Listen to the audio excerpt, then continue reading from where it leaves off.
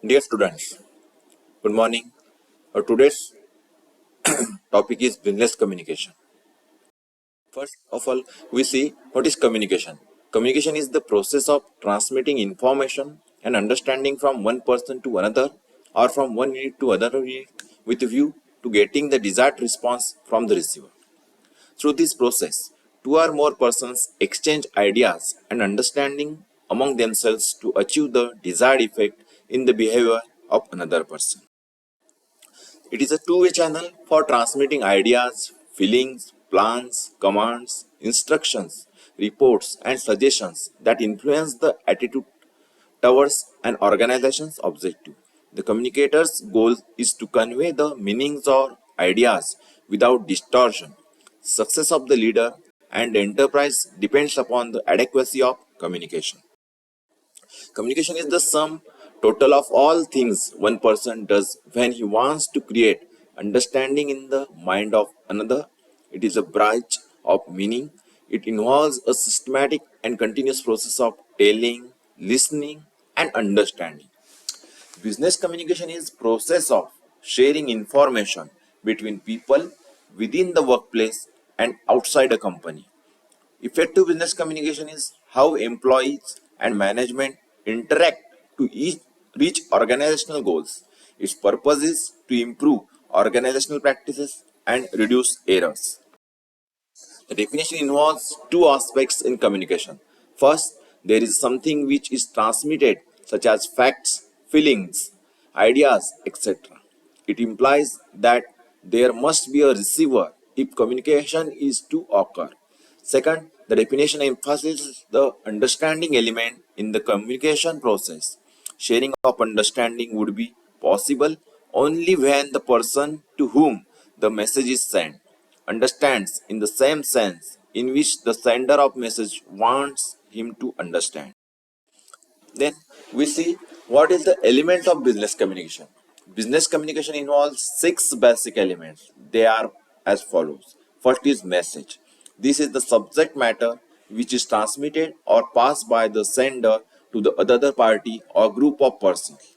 This might be opinion, order, suggestions, attitude, feeling, view, etc. Second element is sender. He or she is the person who intends to make contact for passing information and understanding to other person. Third element is the receiver. The person to whom the message is meant for is known as a receiver or communicator. Fourth element is the channels.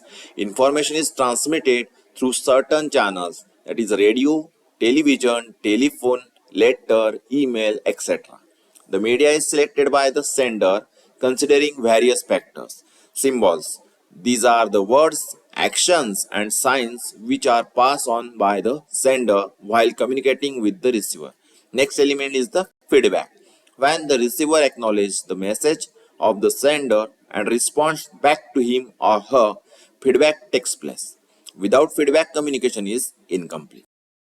Then we see features of business communication. Practical.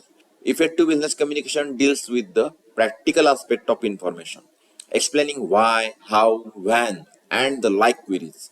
It avoids impractical, imaginary, unnecessary, or repetitive information to eliminate waste of time. It conveys important information to the receiver.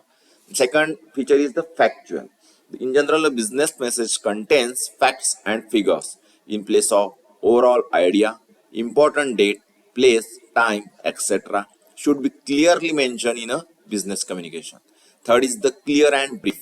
The language used in business communication should be simple, clear, brief, and without ambiguity.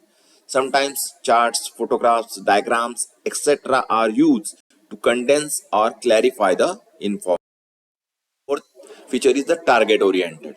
A business communication must have a specific objective and must be planned properly so that the objective can be achieved. Fifth is persuasive. Business communication often plays a persuasive role. It persuades an employee to perform his or her duties, a customer to buy a product or service, etc. The basic characteristics mentioned above are related to the message or information of the communication.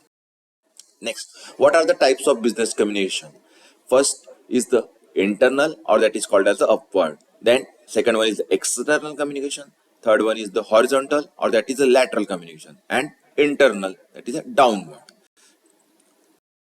First, we will see the internal business communication. Internal business communication means communication that occurs within the members of the organization.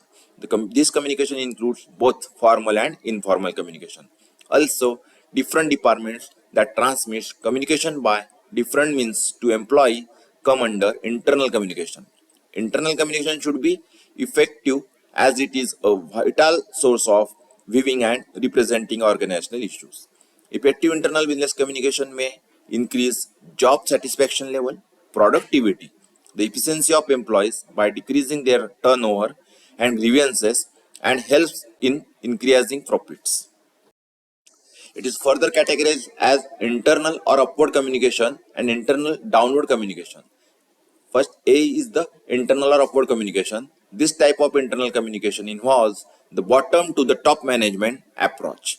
Here, the information flows from subordinate to manager or any person that is on the upper in the hierarchy level. First, top level management, middle level management, lower level management, and workers or employees. For example, employees of the HR department of an organization prepare an attrition report and communicate the same to the HR manager. The attrition report consists of information on the monthly or annual employee turnover of an organization and reasons for the same.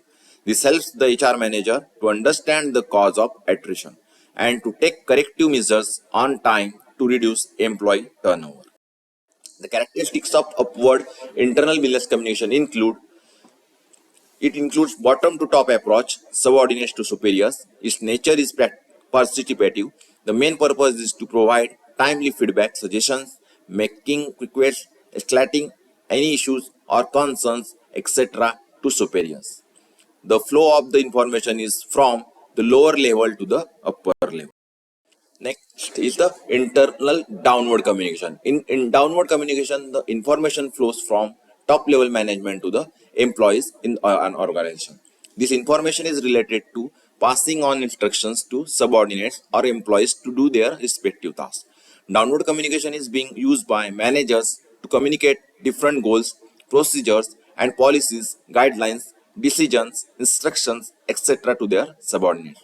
The process of downward communication in business includes passing on messages from the top level to the lower level through the chain of hierarchy. This type of communication can be in oral or written form. The written form includes different notices, manuals, news, displays in electronic form, etc. Whereas the oral form of downward communication includes different face-to-face conversations, telephonic communications, or meetings. See, managing director, then to general manager, assistant general manager, divisional department head, supervisor, employee work. These are the chains. For example, the top level management may instruct managers of different departments on certain new rules and regulations in the work area that need to be carried out in routine activities of different departments. Like there may be a change in the office working hours or office timings by the management, and the same is communicated to the employees by circular or notice or through the email system. The characteristics of downward internal business communication includes top to bottom approach, that is superiors to subordinates. Its nature is directive. Main purpose is to communicate organizational objective, plans and procedures, instructions, etc. to subordinates. The flow of information is from the upper level to the second is the horizontal or lateral business communication. Lateral or horizontal communication is related to communication among co-workers, that is either verbal communication or written communication. This may include interdepartmental communication or communication between cross departments and can between people of the same or similar rank in the company. This is the crucial communication to achieve the desired result. So, this communication happens among the employees having an equal hierarchy levels to achieve the functional effectiveness of different organizational units. Horizontal or lateral communication is required for seeking mutual cooperation and mutual help.